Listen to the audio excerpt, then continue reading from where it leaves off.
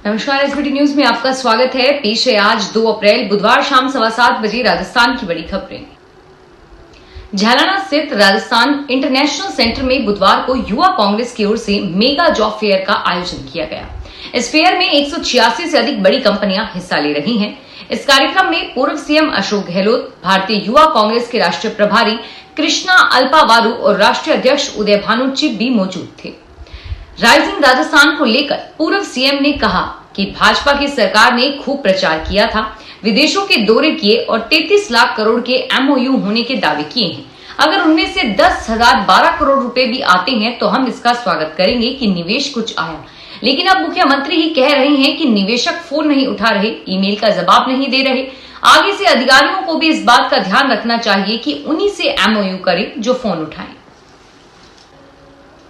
America द्वारा भारतीय उत्पादों पर रेसिप्रोकल टैरिफ लगाने के भारत के कई अहम सेक्टर्स पर असर पड़ सकता है। इसमें कृषि, मशीनरी, इलेक्ट्रॉनिक्स, रसायन, आभूषण शामिल हैं। एक्सपर्ट्स का मानना है कि अमेरिकी प्रशासन ने इन सेक्टर्स को भारी अतिरिक्त शुल्क का सामना करना पड़ सकता है, जिससे भारतीय निर्यातकों की प्रतिस्पर्धा कमजोर हो सकती है।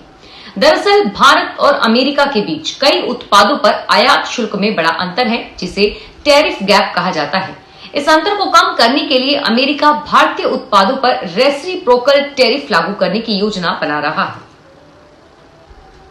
राजस्थान हाईकोर्ट ने पुनः निरीक्षण याचिका को आंशिक रूप से स्वीकार करते हुए फैमिली कोर्ट बालोतरा से आदेश को बदलते हुए कहा कि पुत्रियों को वयस्क होने तक ही भरण भोत्ता मिल सकता है।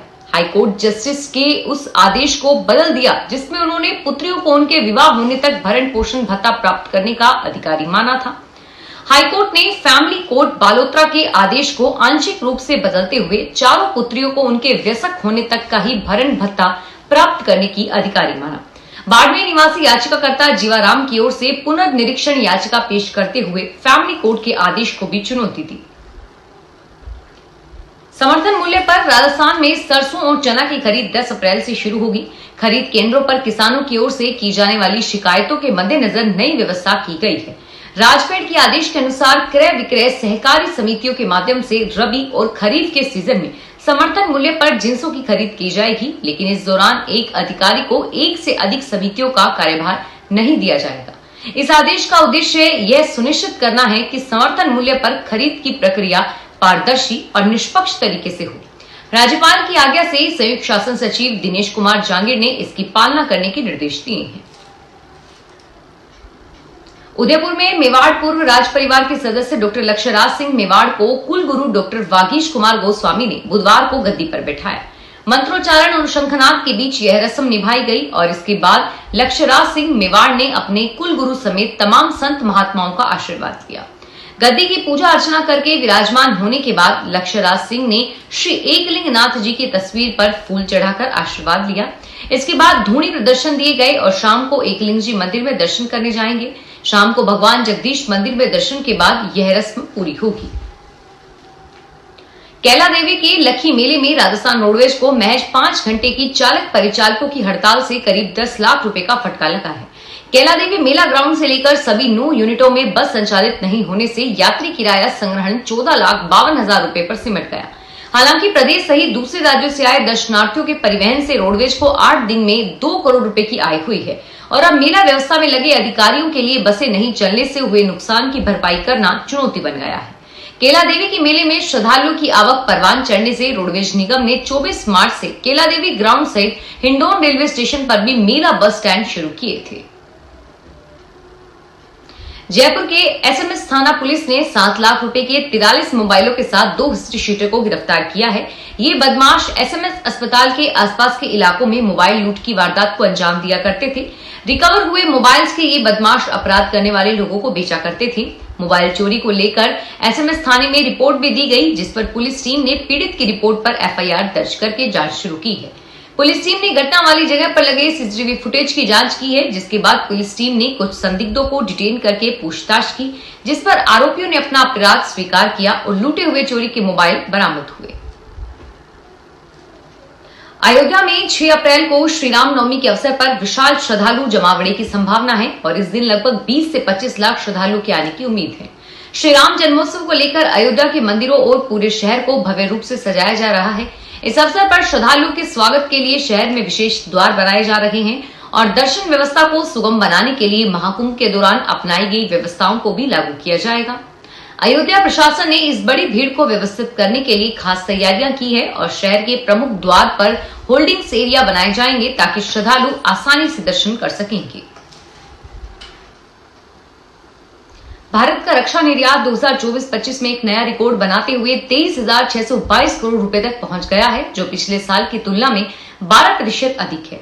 यह जानकारी रक्षा मंत्री ने दी है और इस उपलब्धि के बाद उन्होंने बताया कि भारत 2029 तक रक्षा निर्यात में 50,000 करोड़ रुपए का लक्ष्य हासिल करने के लिए पूरी तरह से तैयार है। रक्षा मंत्रालय के अनुसार 2023-24 में भारत का रक्षा निर्यात 21,000 करोड़ रुपए था। 2024-25 में यह 23,000 रुपए हो गया और जो देश के रक्षा उद्योग की वैश्विक पहुंच को दर्शाता है। राजनाथ सिंह ने इस उपलब्धि पर बधाई देते हुए कहा कि भारत इस क्षेत्र में आत्मनिर्भरता की ओर बढ़ रहा है और आने वाले वर्षों में इसका वैश्विक व्यापार और बढ़ेगा। वक्फ संशोधन विधेयक को लेकर अजमेर दरगाह के खादिमों के बीच मतभेद उभर कर सामने आए हैं। केंद्र सरकार ने आज 2 अप्रैल को यह बिल लोकसभा में पेश किया, जिसे अगले दिन कल राज्यसभा में भी प्रस्तुत किया जाएगा। इस मुद्दे पर दरगाह के गद्दी नशीन सलमान चिश्ती और दरगाह दीवान के उत्तराधिकारी व ऑल इंडिया सूफी सजामदीश काउंसिलिंग के चेयरमैन नसीरुद्दीन चिश्ती ने समर्थन जताया। दूसरी ओर खादिमों की प्रमुख संस्था अजमेर शरीफ अंजुमन ने इसका कड़ा विरोध किया। अंजुमन संस्था ने एक निंदा प्रस्ताव पारित करते हुए उन सदस्यों की आलोचना की है जिन्होंने संशोधन विधेयक का समर्थन किया है। समिति ने आरोप लगाया है कि ये सदस्य बीजेपी और दक्षिणपंथी संगठनों के प्रभाव में आकर मुसलमानों के हितों के खिलाफ कार्य कर रहे हैं। पिछले साल की गलतियों से सबक लेकर राजस्थान खेल परिषद इस बार अपने समर कैंप्स की तैयारी में समय से पहले ही जुट गई है। खेल परिषद की ओर से जयपुर और माउंट आबू में लगने वाले सेंट्रल कोचिंग कैंप और बांसवाड़ा में लगने वाले जनजातीय ग्रीष्मकालीन शिविर के लिए खिलाड़ियों के चयन की प्रक्रिया शुरू कर दी गई है और वहीं खिलाड़ियों के ठहरने और भोजन के लिए 1,31,95,000 रुपए के टेंडर भी जारी कर दिए गए हैं। भोजन के टेंडर को 4 अप्रैल को अंतिम रूप दिया जाएगा। अलवर शहर में जिला शिक्षा अधिकारी सेकेंडरी कार्यालय में अतिरिक्त प्रशासनिक अधिकारी को पदोन्नत होने पर रिलीव नहीं करने पर बुधवार सुबह कर्मचारियों ने काम बंद करके विरोध जताया।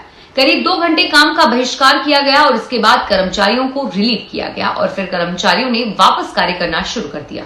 शिक्षा विभागीय समिति के जिला अध्यक्ष महेंद्र यादव ने कहा कि पदोन्नति के बाद अतिरिक्त प्रशासनिक अधिकारी रामावतार शर्मा को कार्यमुक्त किया जाना चाहिए था, लेकिन राजनीतिक दबाव के कारण उनको रोका गया। धौलपुर सरमथुरा के आंगई थाना क्षेत्र में एक चोरी की वारदात सामने आई है। राष्ट्रीय राजमार्ग 11 पर स्थित गिरिराज स्टोर क्रशर में चोरों ने ट्रांसफार्मर को निशाना बनाया। उन्होंने रात के अंधेरे में क्रशर बंद होने का फायदा उठाते हुए ट्रांसफार्मर से तांबे के तार चुरा लिए। स्टोन क्रशर के मालिक बनियाराम मीणा ने बताया कि चोरी की इस घटना से क्षेत्र के व्यापारियों में दहशत का माहौल है। पुलिस ने घटनास्थल का निरीक्षण किया और इलाके में गश्त बढ़ा दी है। पाली में पार्किंग में खड़ी एक गैस किट वैन में अचानक आग लग गई। हादसे में ड्राइवर झुलस गया, जिसके उपचार के लिए हॉस्पिटल में भर्ती करवाया गया है। इस हादसे में पूरी वैन जलकर कबाड़ बन गई है। पाली जिले के नाडोल चौकी प्रभारी जाकिर अली ने बताया कि बीकानेर जिले का रहने वाला एक परिवार नाडोल माता मंदिर दर्शन करने वैन लेकर आए थे। सभी लोग मंदिर में दर्शन करने गए। इस दौरान वैन में बीकानेर जिले के लूण करनसर का ड्राइवर 40 वर्षीय जब्बार खान बैठा हुआ था। इस दौरान वैन की गैस किट में अचानक आग लग गई। ड्राइवर जब्बार ने कूदकर अपनी जान बचाई। दिल्ली सरकार ने जिस सरकारी स्कीम को 31 मार्च तक बंद हो जाना था, उसकी तारीख बढ़ाकर 15 अप्रैल कर दी है। मतलब आपके पास 1.5 लाख रुपए तक बचाने का सुनहरा मौका है। 15 अप्रैल के बाद सरकार इस पॉलिसी को खत्म कर देगी और इसकी जगह नई पॉलिसी आएगी। इस पॉलिसी के तहत आपको ई स्कूटर, ई रिक्शा से लेकर इलेक्ट्रिक कार तक सब्सिडी मिल सकती है। दिल्ली सरकार ने इलेक्ट्रिक वाहन पॉलिसी की तारीख बढ़ाकर 15 अप्रैल की है। पहले इसे 31 मार्च को खत्म हो जाना था और साथ ही दिल्ली सरकार ने यह भी साफ कर दिया है कि 15 अप्रैल के बाद किसी भी हालत में तारीख नहीं बढ़ाई जाएगी। फिलहाल इस बुलेटिन में इतना ही और फिर हाजिर होंगे तमाम बड़ी खबरों के साथ। धन्यवाद।